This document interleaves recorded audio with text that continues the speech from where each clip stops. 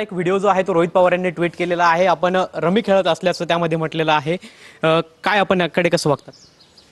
कुठल्याही हाऊसमध्ये कुठलाही गेम खेळता येत नाही. हाऊसचे कॅमेरे कायम चालू असतात, त्यामुळे अशा प्रकारचा कुठलाही गेम खेळत नव्हतो मी. वरचा हाऊस ॲडजस्ट झालेला असल्यामुळे खालच्या हाऊसमध्ये काय बिझनेस सुरू आहे हे पाहण्यासाठी मोबाईल उघडला आणि मोबाईलमध्ये कोणीतरी गेम डाउनलोड करत होता. तो स्किप करत असताना तो तेवढा व्हिडिओ फक्त रेकॉर्ड झाला आहे आणि तो व्हिडिओ काहीतरी 10-12 सेकंदाचा आहे.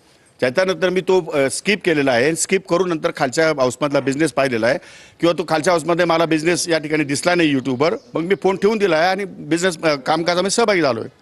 काय वाटतं आपल्याला हा व्हिडिओ कोणी काढला असावा? काय आपल्याला काढला तर मला काय त्याच्यावर त्या व्हिडिओमध्ये काही ऑब्जेक्शनेबल असं काही मला दिसतच नाही. तेव्हा कुणी काढला असेल तर मला काही फरक पडत नाही त्याने.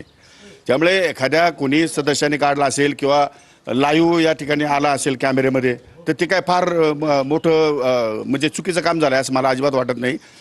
एखाद्या कोणाचाही मोबाईल, तुमचा जरी मोबाईल ज्या तुम्ही घेतला आणि त्या मोबाईलवरती तुम्ही यूट्यूबवर जायला लागलात तर अनेक प्रकारच्या जाहिराती येतात. जंगली रमीच्या पण जाहिराती येत नाही का? मग त्या तुम्ही काय जंगली रमी खेळतात का? किंवा रोहित पवार जंगली रमी खेळतो? गाण्याच्या जाहिराती येतात, वेगवेगळ्या कंपन्यांच्या जाहिराती येतात. त्यामुळे मध्ये मध्ये सोशल नेटवर्किंगमध्ये जात असताना वेगवेगळ्या प्रकारच्या जाहिराती येत असतात. त्या स्किप करायच्या असतात.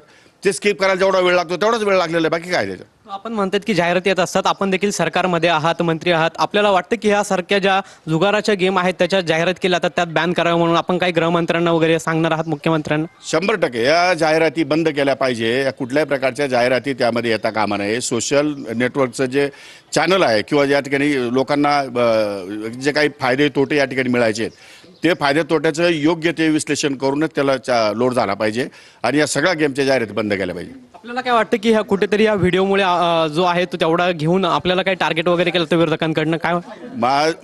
मी ज्या दिवसापासून शपथविधी घेतला त्या दिवसापासून ते फक्त माझ्या वैयक्तिक बाबतीतच टार्गेट करतायत. माझा हेतू कालही स्वच्छ होता, आजही स्वच्छ आहे, उद्याही स्वच्छ राहणार आहे.